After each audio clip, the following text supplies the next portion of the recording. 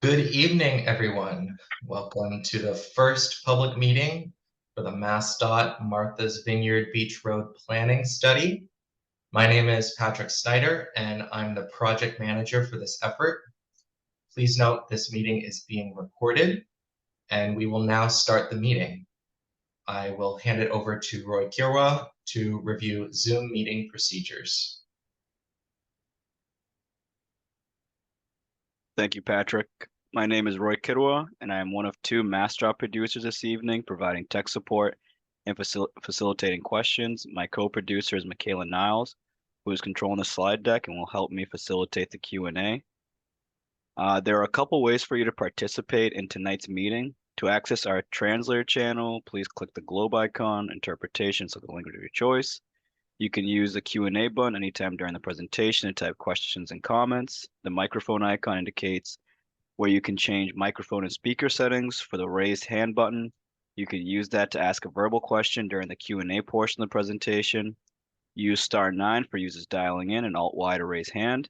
If you're unable to access the internet or having technical problems, please call the meeting at 305-224-1968. Webinar ID is 846-9901-9443. Zoom tech support can be reached at 1-888-799-9666. We also have automatic closed captions generated by Zoom.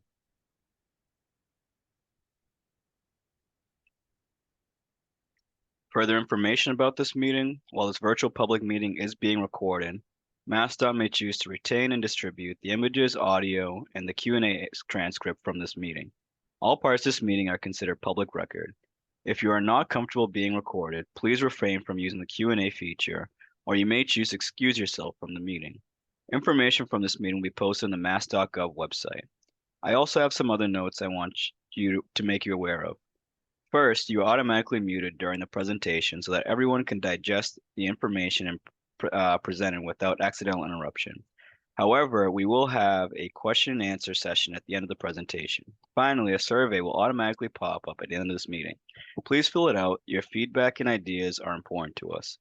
We welcome all questions and comments. However, we do request that you refrain from any disrespectful comments.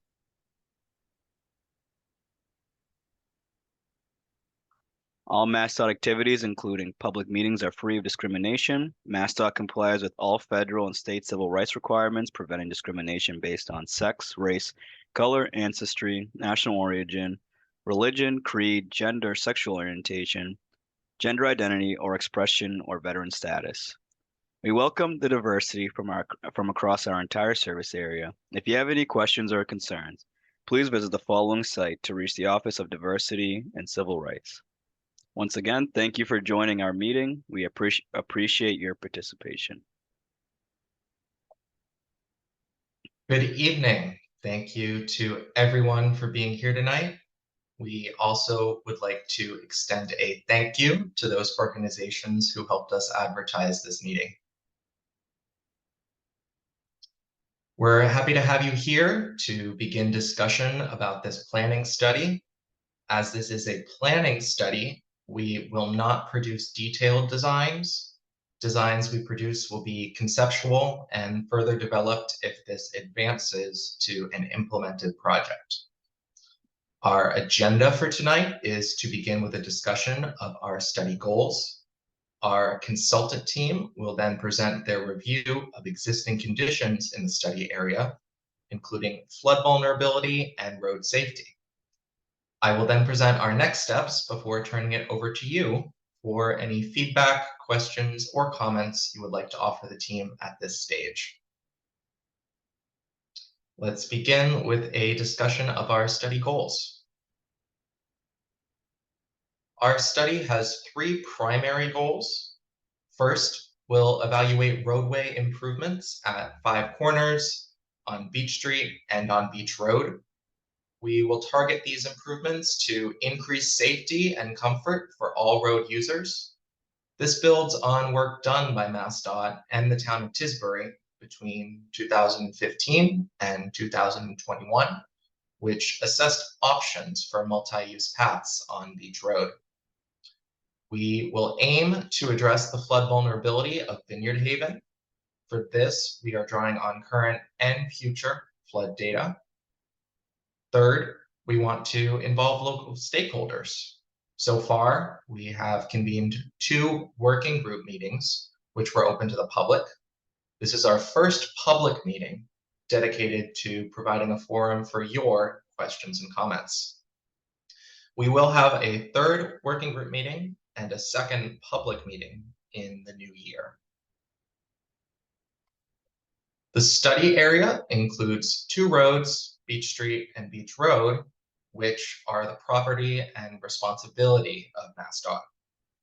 These roads form a thoroughfare that is integral to transportation on Martha's Vineyard, carrying buses, trucks, ambulances, pedestrians, bicyclists, and private vehicles. At the Five Corners intersection, they intersect with Water Street, Lagoon Pond Road, and Beach Street Extension, which are owned by the town of Tisbury. Water Street provides access to the Steamship Authority ferry terminal. All heavy freight and all large trucks arrive and depart the island through the ferry terminal. The study area is defined along the road network and considers the uses of and potential impacts to the surrounding properties. We started conducting our study in June of this year. Since July, we have conducted 2 working group meetings. This is our first dedicated public meeting. The members of the working group represent planning, highway design, and regional highway maintenance staff at MassDOT. Multiple groups from the town of Tisbury, the Steamship Authority, the state legislature, Martha's Vineyard Commission, and the University of New Hampshire's Stormwater Center. I will now hand it off to Joe Zisman, project manager for our consultant team, Cambridge Systematics, who will discuss findings. Thank you, Patrick. My name is Joe Zisman, and I represent Cambridge Systematics. Alongside our colleagues from Tool Design, we are providing expert support to MassDOT as they consider approaches to improve the study area and to make it safer and more resilient. We've collected information on this study in 2 ways. First, a live camera overlooks the Five Corners intersection, which is available on YouTube under the name Downtown Vineyard Haven. We have spent substantial amount of time watching everyday operations of the intersection and the behavior of those who use it. Second, we visited Vineyard Haven in August. On that visit, we measured sight distance for all approaches to Five Corners and also to the intersection of Beach Street and Main Street. We also documented the study area with many photographs, including the one you see on the screen here. So what have we learned? First, the study area sees a large volume of pedestrian traffic. It is not only a tourist destination, but also a village center and a business hub for those who visit Martha's Vineyard, those who live there, and those who work there. It is a ferry terminal with service to Woods Hole, the island's primary post office, a full-service grocery store, and the landmark Black Dog Tavern, in addition to many other small businesses and a small number of residences. Sidewalks and curb ramps are not always sufficient for these pedestrians. Some are narrow or are obstructed with poles. Brick sidewalks can be uneven for those with mobility challenges. Crosswalks and the ramps leading to them are not perpendicular to the road and are not clearly marked for accessibility. No pedestrian flashers or other pedestrian lights exist. In fact, lighting in the area generally is poor. As we will discuss in a moment, some of the turns are also too tight for the large trucks and buses accessing Water Street, and we observed these vehicles mounting the sidewalk in some cases, a dangerous situation for pedestrians.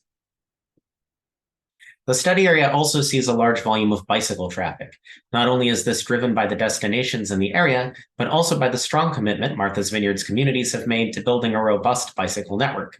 A gap in that network exists in the study area. No bicycle lanes pass through Five Corners, and no bicycle lanes exist on Beach Street or on Beach Road, west of the Lagoon Pond Bridge. Sightlines for turns at the intersections in the study area meet minimum standards with one exception. Sightline standards are determined using speed limit and location of the stop line. The only turn in the study area where visibility does not meet minimum standards is the right turn from Lagoon Pond Road onto Beach Road, which is a very tight turn where visibility is obstructed by a bicycle rental shop.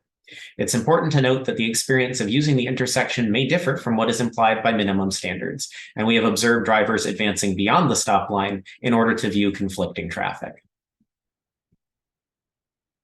Continuing with geometry, Five Corners in particular accommodates vehicles such as buses and tractor-trailer trucks that make wide turns. The right turn from Water Street to Beach Street and the complementary left turn from Beach Street to Water Street do not have adequate turning radius available to accommodate these vehicles. We have observed many instances of buses and trucks using the southbound lane of Water Street or the westbound lane of Beach Street, in other words, crossing the double yellow line to make a turn. This has resulted in cars reversing away from the stop line to accommodate a large vehicle, and as mentioned earlier, vehicles overrunning the sidewalk. Shifting gears, MassDOT collected traffic counts at Five Corners in 2013 as part of a roadway safety audit. This roadway safety audit provided valuable insight as to how vehicles proceed through the intersection. The intersection was fairly evenly balanced across 4 of the 5 approaches, with roughly equal volumes entering from Beach Street, Beach Road, and Water Street. Approximately half as much volume entered from Lagoon Pond Road, and entrance from Beach Street Extension was minimal. Approximately 70% of traffic approaching Five Corners on either Beach Street or Beach Road continues on the effective through movement between the two during weekday peaks, with 20 to 30% making a turn toward the ferry terminal. Somewhat more traffic from Water Street made the right turn onto Beach Street than the left turn onto Beach Road. A majority of traffic approaching from Lagoon Pond Road turned right or left rather than continuing straight, with approximately equal percentages making each turn. Turning now to Saturday conditions, the Water Street approach saw somewhat less volume, while the other approaches remained essentially constant with weekdays. The Beach Road and Beach Street approaches again performed similarly to each other, with an even greater percentage of volume continuing straight, and about 10% less volume turning onto Water Street relative to the weekday. We now turn to another goal of our study, assessing and discussing flood vulnerability in Vineyard Haven. It's important to note that the town of Tisbury and the Martha's Vineyard Commission have done extensive studies of this over the past decade, and in particular since 2020, and we've read and incorporated their work in addition to our own modeling. There is a strong consensus among all models and studies that the study area is vulnerable to both tidal flooding and coastal storms due to its low elevation and projected rising sea levels. This map from the Massachusetts Coast Flood Risk Model shows the areas that will be covered by sea rise alone, that is before any rainfall or storm surge flooding is considered. Five Corners, which is the lowest point in our study area, sits at a minimum of 2.5 feet above the current sea level.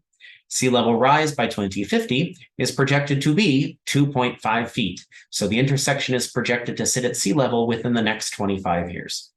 Tidal flooding from coastal storms may start to exceed 5 to 10 feet by 2050 in lower areas of Vineyard Haven, Five Corners, Water Street, and Lagoon Pond Road, even considering a 20-year storm. Another way to discuss vulnerability is drainage and stormwater management. One challenge for draining this area is that the only outfall that actually draws from the Beach Street hill is currently located at the foot of Beach Road Extension, where wave-borne debris can block it. As shown on the map, other outfalls do exist, but they aren't connected to Five Corners. One challenge is that Five Corners is the area's low point, with a substantial slope on Beach Road and upward slopes in all directions, which limits the ability to direct water from Five Corners to other outfalls. As a final element of our analysis to date, we analyzed crash data from the period between 2018 and 2022 for the study area. One fatal crash occurred in the study area during this period, a nighttime head-on collision of 2 vehicles on Beach Road near the Lagoon Pond Bridge. 2 injury-causing crashes have occurred at Five Corners, one involving a pedestrian, the other involving a cyclist. The study area as a whole saw 18 additional injury-causing crashes. 3 clear crash clusters occurred in downtown Vineyard Haven between 2018 and 2022. The first was at Five Corners on the Lagoon Pond Road leg. The second was on Water Street northbound at the access point to the ferry terminal. And the third was on Beach Street, where it intersects the Cromwell Lane alleyway and the municipal parking lot. And you can see those marked 1, 2, and 3 on the map. One more crash cluster, which is marked 4 on the map, occurred along Beach Road between 2018 and 2022, on the western end of the Beach Road curve onto the causeway. I will now hand you back to Patrick to discuss the remaining work MassDOT will do under this study. Thank you, Joe. We'll now move on to our next steps in the study process. The importance of Five Corners to travel in the Vineyard Haven community is illustrated by the variety of travel that passes through it. Due to the ferry, we know the study area is a core entry point for food, fuel, mail and online orders, and other freight to Martha's Vineyard. We mentioned the live camera before. If you watch it for only a few minutes, you can see this for yourself, buses and ambulances, people on bicycles and on foot, traffic to and from the ferry terminal, traffic for business and for personal purposes. The current state of roadway infrastructure and operation is not controlled and is informal. One of the town studies we reviewed referred to the operation of Five Corners by politeness. Watching the live camera feed, there is, at times, notable confusion about right-of-way proceeding through the intersection. We have several summary takeaways on flood vulnerability in the study area. The first is coastal flooding. The range of sea level rise estimates for Vineyard Haven is somewhat wide, but at least 1 foot of sea level rise is expected as time progresses. On top of this baseline rise, storms are expected to increase in severity with more intense and more frequent flooding. As Joe noted, Five Corners could be at sea level with water at the existing land elevation in 2050, which implies frequent flooding of roads and infrastructure. As Joe mentioned, one challenge for drainage in this area is that the main outfall is currently located at the foot of Beach Road Extension, where wave-borne debris can block it. MassDOT is evaluating drainage and stormwater management in the study area through an existing highway division project, number 609459. These efforts are ongoing. In this study, MassDOT will develop 3 high-level conceptual design alternatives in the next study phase. These will include cost estimates, but will not constitute buildable designs. This study will set up future potential work, which may advance these designs toward further construction. Based on the consultant team's analysis and our discussions with the working group, we have concluded that these conceptual design alternatives might include elements such as lighting, placemaking, wayfinding, landscaping and signage, raising of roads, paths, and sidewalks, drainage infrastructure, and complete streets improvements, such as bicycle and pedestrian infrastructure and accommodations. Changes in intersection geometry and control will also be considered in an alternative that envisions a greater degree of intervention in the neighborhood. All alternatives will consider and aim to minimize right-of-way impacts to properties. Further discussion of right-of-way impacts will follow further on in the project development process after MassDOT completes this study. At our next meetings, we will discuss conceptual design alternatives with the working group and with members of the public. Over the coming months, we will develop 3 conceptual design alternatives. We will then hold 1 more meeting with the working group and another one with the public. At these meetings, we will present and discuss the design alternatives. The final report for this study will then be developed. I will now hand you over to my colleague, Michaela Niles, to begin the public comment period. Thanks, Patrick. Yes, that is right. With that, we will now get into the question and answer portion of tonight's meeting. Please click the reactions button at the bottom of your screen and use the raise hand button to participate verbally. The Q&A box can also be used to submit written comments or questions. And if you're participating by phone this evening, please dial *9 to raise your virtual hand. And again, we ask that everyone share only 1 comment at a time and limit comments to 2 minutes to allow others time to participate. And so right now, I would like to open up the floor for comments or questions from any elected officials or members of their staff on the call. Please raise your virtual hand and you may unmute to share your comment or question.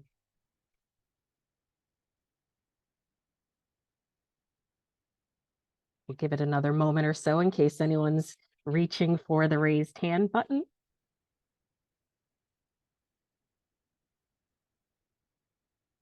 Seeing none, I think now we can open up the floor to members of the public in attendance for any comments or questions.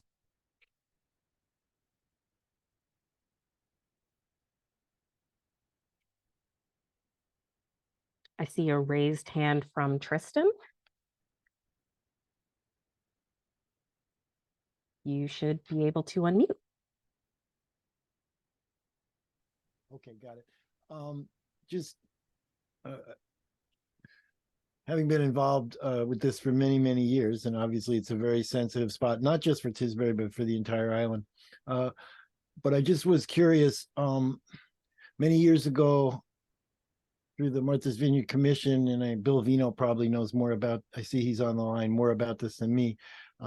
We had looked to do some right-of-ways for bikes that would skirt Five Corners, because in all the planning, even with the current shared use path, that stretch coming from Oak Bluffs, I don't know, the last 500 yards or whatever it is, I don't know the distance, from the gas station in, is very challenging for bikes. And so I just hope, or I'm wondering, that you will get all the previous planning and look at some of these bike right-of-way paths, which I think might, because I've been through many, many planning meetings about Five Corners over many, many years, and bikes and how to get them safely through is definitely a challenge. And then the last thing I just want to mention, which you probably know, but when the post office redid itself a number of years ago, the town purchased a corner, Lagoon Pond Road corner of where you see brick. So there is room. I know we're actually talking about a roundabout, and I'm not suggesting that, but that there is, that was purchased for $1 from the feds so that we would have more room there to plan for traffic. Thank you. Thank you, Tristan. We are aware of the bike stuff going on in the area. We know about the shared use path, and we have another variety of other documents that we've reviewed. We're definitely happy to talk to the Vineyard Commission further about other projects that have been proposed in the area. It sounds like some of it might be slightly outside of the study area itself that we're working on, but that's certainly something we can consider and incorporate into our work and recommendations. And thank you for your comment about the post office. I made a note of that, and we'll keep that in mind in any considerations that we start making about right-of-way. Great, thank you. And thank you again, Tristan, for sharing those comments. And thank you all for sharing your comments and questions. I see a couple coming into the Q&A as well. And thank you again for taking your time out of your evening to join us. I next see a raised hand from Rachel Orr. You should have a notification on your screen to unmute. Yeah, so I was wondering if it's possible, the roundabout that was installed several years ago has worked pretty well, and I see large trucks navigate that much better than Five Corners anyway. But I was wondering if you could have a roundabout and also raise the road, or if those are exclusive of one another.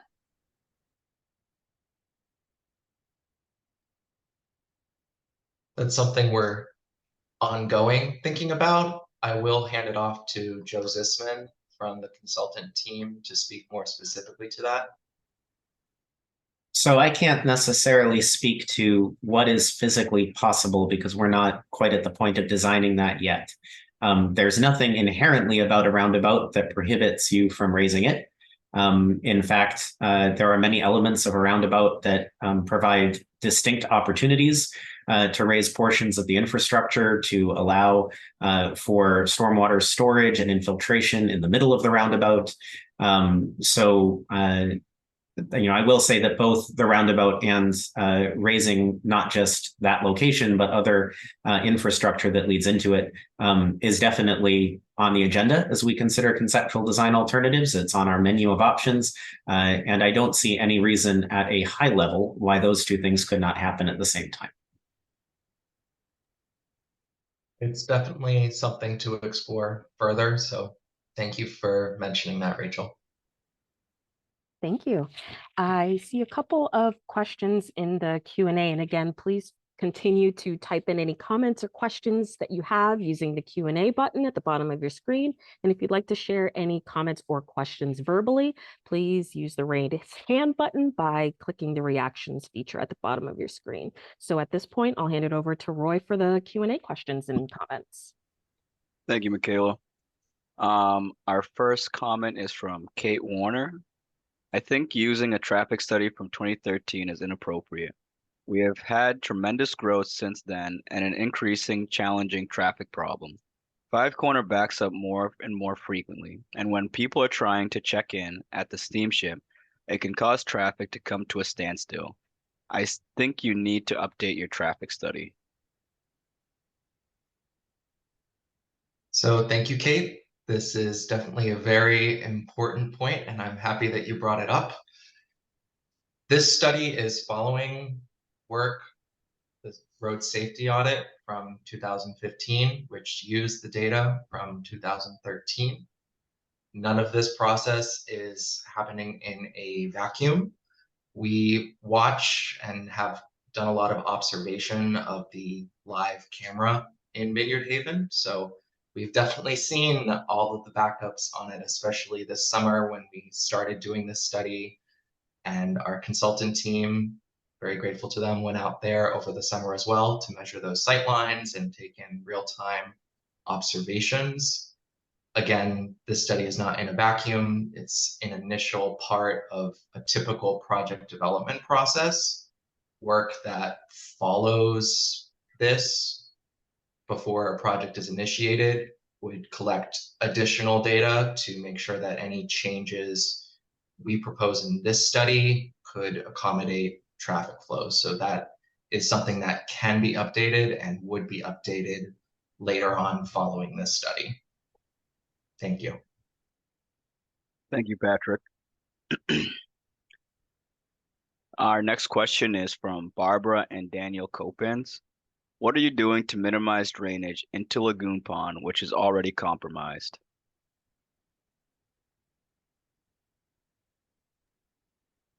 That's sort of at the edge of our study area. I can say that at a high level. We're thinking about any and all stormwater and flooding solutions that we can use. Probably the best person to speak to this is Hung Pham or Kobe Lemrise. Hi, my name is Hung Pham. I am a senior program manager for Mass DOT over headquarters, as well as the stormwater program.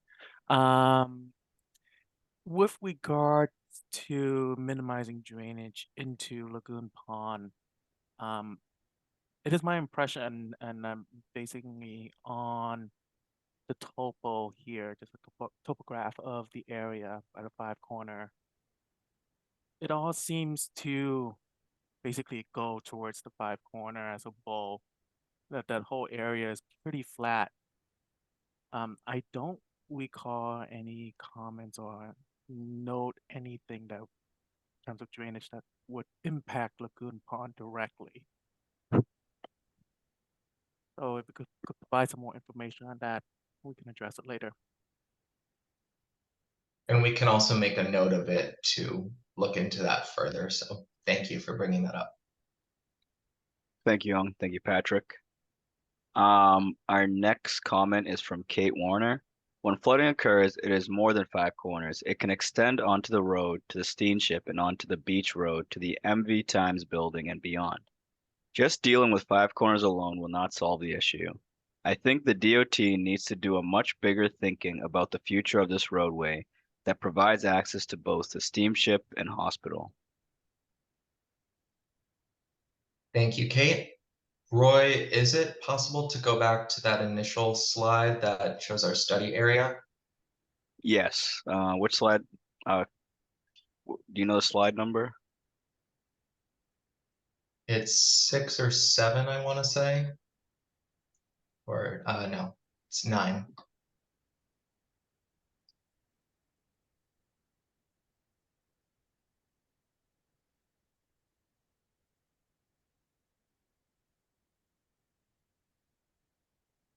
That one, yeah. So this is the area that we're considering in this study. Of course, it includes Five Corners, Beach Road, part of Lagoon Pond Road, the ferry terminal.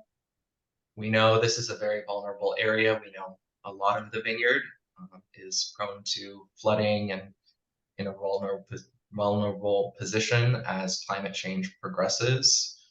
There's a constant stream of emerging work these days from the town of Tisbury, Martha's Vineyard Commission, our state government, and MassDOT itself, that's shaping a lot of the work that we do around flooding and flood vulnerability, including this study.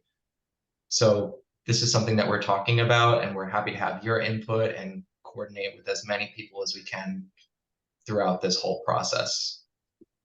I'm happy to talk about that further. Thank you, Patrick. We don't have any typed questions right now. So I'll hand it back to Michaela, and I see we have somebody patiently waiting to ask their question. Yes, thanks, Roy. Yes, we see a raised hand from Melinda Loberg. You should have a notification on your screen to unmute. Thank you very much. Thanks for having the meeting, and for some of these slides are very helpful. This town, as you know, and has cited, has spent a lot of time studying the flooding and the traffic in this area. And during the Beach Road project with DOT, there wasn't a understanding or agreement that there was a outflow pipe that goes to the Lagoon Pond nearer the end of your scope beyond Packers wind farm wharf that was going to be redirected to the harbor. And I'm not sure where that is right now, but possibly has been relegated to the wind farm people to accomplish in their project.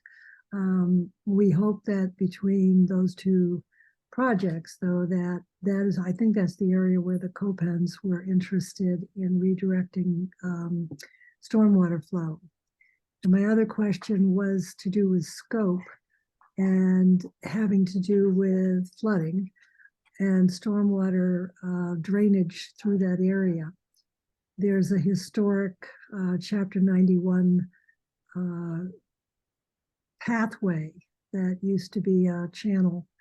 I'm pretty sure you folks are aware of it. Goes kind of down the spine between Beach Road and Lagoon Pond Road, historically fill area. But wondering if you are considering incorporating that historic pathway into any kind of stormwater drainage solutions.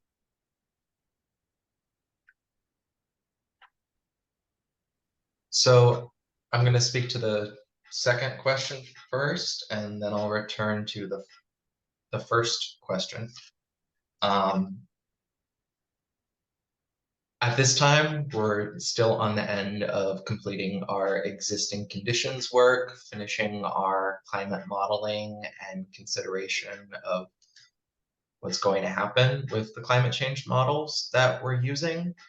And that is all of our jumping off point for the alternatives and flood solutions that we're going to consider. That's starting to happen right now. So thank you for your input on that, Melinda, and I made a note of it. We'll make sure that we think about whether something can be done there, whether it's appropriate to do something there, considering it's a historical asset. We'll definitely keep that in mind as we're designing alternatives and coming up with solutions for flooding in the area. Then the first question about the Lagoon Pond outfall getting redirected and that drainage situation. I think Hung or Kobe will be able to speak to that better. Yeah, I can definitely speak to that better. So when Beach Road was initiated, Mass DOT had to go through the Massachusetts Environmental Policy Act, the MEPA, and we did a site visit. I was a reviewer for that project back when I was beginning to work at Mass DOT. There are two outfalls of which I recall. The first one is by the gas station that goes out towards the beach, which we had discussion with DEP and CZM in terms of mitigation and making it more of a living shoreline kind of outfall. The second outfall that I would call is by a little bit further up towards the bridge on Beach Road, where, if I remember correctly, the warehouses were at, where the tanks were, and that is another outfall. So those two outfalls are really, really far away from the Five Corners, which you guys are, which the town is experiencing. Excuse me, there. It's experiencing flooding and the drainage, the more impactful drainage that you see. So there's no way for us to get to that reach and be able to drain the Five Corners to that far upstream.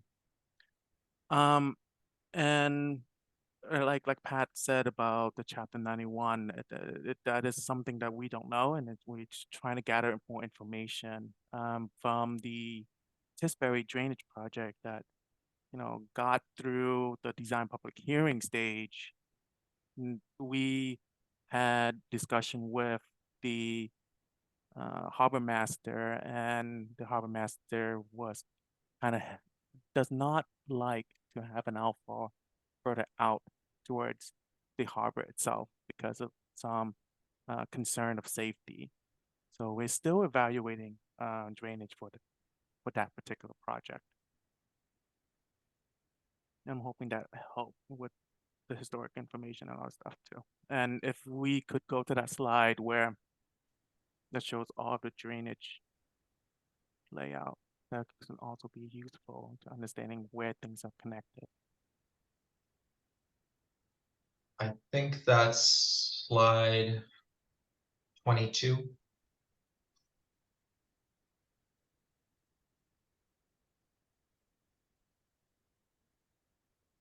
Yeah, so like I mentioned, by the Harbor Road to Beach Road to Harbor with the little plus sign, that is by the gas station, the little pinkish, and then the purple-ish color is the outfall that goes towards Lagoon Pond, and the yellow is the Five Corner. Yes, the purple one is the one I was referring to. I didn't think it was going to help Five Corners, help the lagoon. Oh, to yeah. direct it out to the harbor. That was the question. Oh, redirected back. I don't know whether the Beach Road project actually redirected that back out. That's something I cannot tell you, but I can definitely look up old construction plan and get you an answer for that. Write down your name.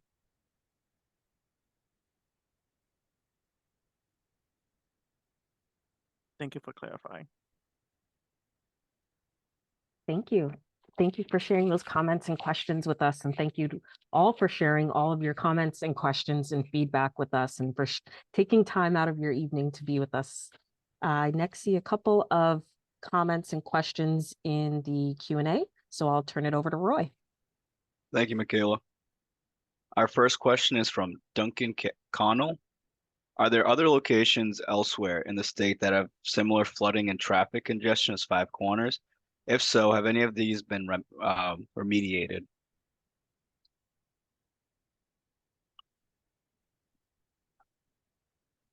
So, to my knowledge, I do not know of any of these locations. However, I can speculate that Massachusetts, being a coastal state with a lot of urban settlements along the coast, a lot of major areas in the coast with flooding and such. There probably are other locations like this, which are either similar in congestion, similar in flooding, similar in both regards. I don't know this off the top of my head, but I am happy to look into it and do some digging on that. And I think what you're getting at, Duncan, is whether or not we can look to other examples that can be used. And if those exist, we're certainly happy to use them as a jumping off point if it's appropriate. Thank you, Patrick. We have a next comment from Kate Warner. I believe, let's see, Matthew Bois is an architect who is charged with figuring out how to deal with flooding challenges in Lower Manhattan and different neighborhoods. Would it be possible for Mass DOT to hire him to provide possible solutions in combination with your expertise with traffic flow and that kind of thing to come up with the best possible solution for the future of this area? I think that might be Matthias Bau. I'm not sure. I'm going off of some Dutch language knowledge that I have. It's good to learn that there's an expert out there with this expertise. In terms of this existing study, we're doing the work that we're doing right now, but it is possible that we could talk in the future about further collaboration with other experts. I can't speak further now on our process for initiating these projects and our process for hiring specific people and contract bids, etc. Thank you, Patrick. Next question is from Brian Nelson. In the event there are some remaining open items from the original project, who can I connect with Mass DOT to get them resolved? Brian, could you please clarify what you mean by that? I'm thinking maybe it has to do with, I see Rachel, well, okay, I see Brian raising his hand. Here, we can give him, Sorry about that. I don't want to bring in previous items, but I do have something that's still open regarding the eminent domain process and payment. So I just keep running into a brick wall and I need to speak to somebody about it. Roy, can you go to the next slide? So we have an email here. That's our contact email for this project, planning@dot.state.ma.us.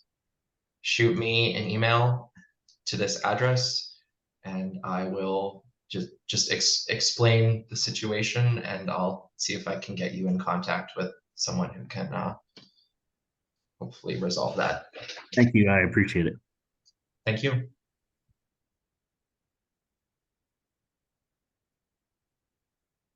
I next see a raised hand from Rachel Orr. You should have a notification on your screen to unmute. Yeah, I was just wondering with the conceptual plans you're going to be working on, are these plans to take, are you thinking of them as in terms of these will get us to 2050, these will get us to 2100?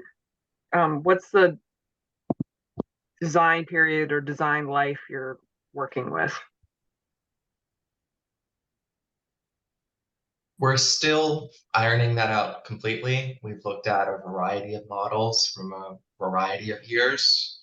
Currently, we're targeting the nearer horizon around 2030. Joe from CS, can you please elaborate on that? So in the discussions we've had and the conceptual design that we are doing, we're targeting a horizon of 2050. You may have heard that year come up a couple of times in the slides when we were talking about flooding targets. That 25-year life is shorter than we would hope for roadway infrastructure, but so there are some, that's why I say it's not 100% certain. When you design roadway infrastructure, it's generally for longer than that. But in terms of the flooding, that's the horizon year we're dealing with. And to be clear, we are also thinking about flooding that is currently occurring and flooding that will occur in the nearer term than 2050. Thank you, Joe, and thank you, Rachel. Yes, thank you. I don't see any comments in the Q&A or any additional raised hands at this time, but please continue to share your comments and questions and feedback with us. And certainly, as Patrick mentioned, this is not the only opportunity to do so. But at this time, we'll give it a few more moments in case anyone is typing in any additional thoughts or comments or questions in the Q&A, or is reaching for their raised hand button using the reactions tab at the bottom of their screen.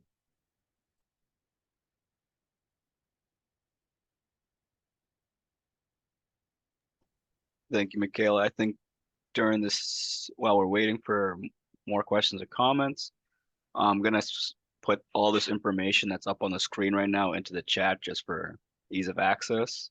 It'll have the listed email, event site, and a copy of that address title.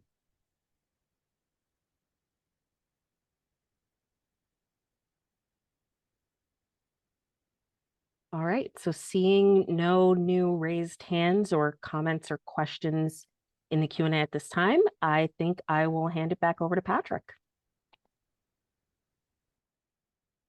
Thank you, Michaela. So this slide here, if you have any questions or comments you would like to submit in writing after this meeting, you can use the address listed here, Office of Transportation Planning, MassDOT, 10 Park Plaza, Suite 4150, Boston, Massachusetts, 02116, to the attention of multimodal planning. This slide deck will be posted later, so you can refer to this address there, as well as our study website listed here. You can also scan the QR code to go to the website. And as I mentioned before, you can submit email comments, concerns, questions, etc. to planning@dot.state.ma.us.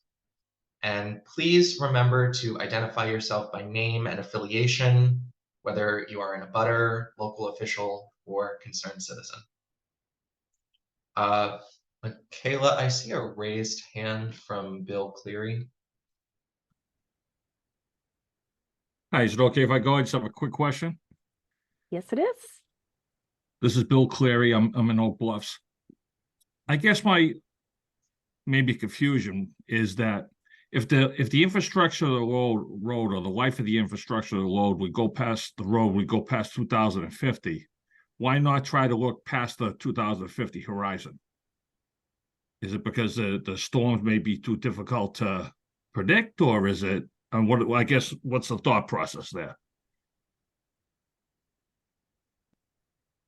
It's a couple things. First off, thank you, Bill. It's a couple things. One of them you got at, which is that the storms are going to be a lot more intense and more frequent. In the modeling that we looked at, there's a point where the flooding does start to get to a level that you would have to raise the road to, as an example, you would have to raise the road to a very high level in order to accommodate that.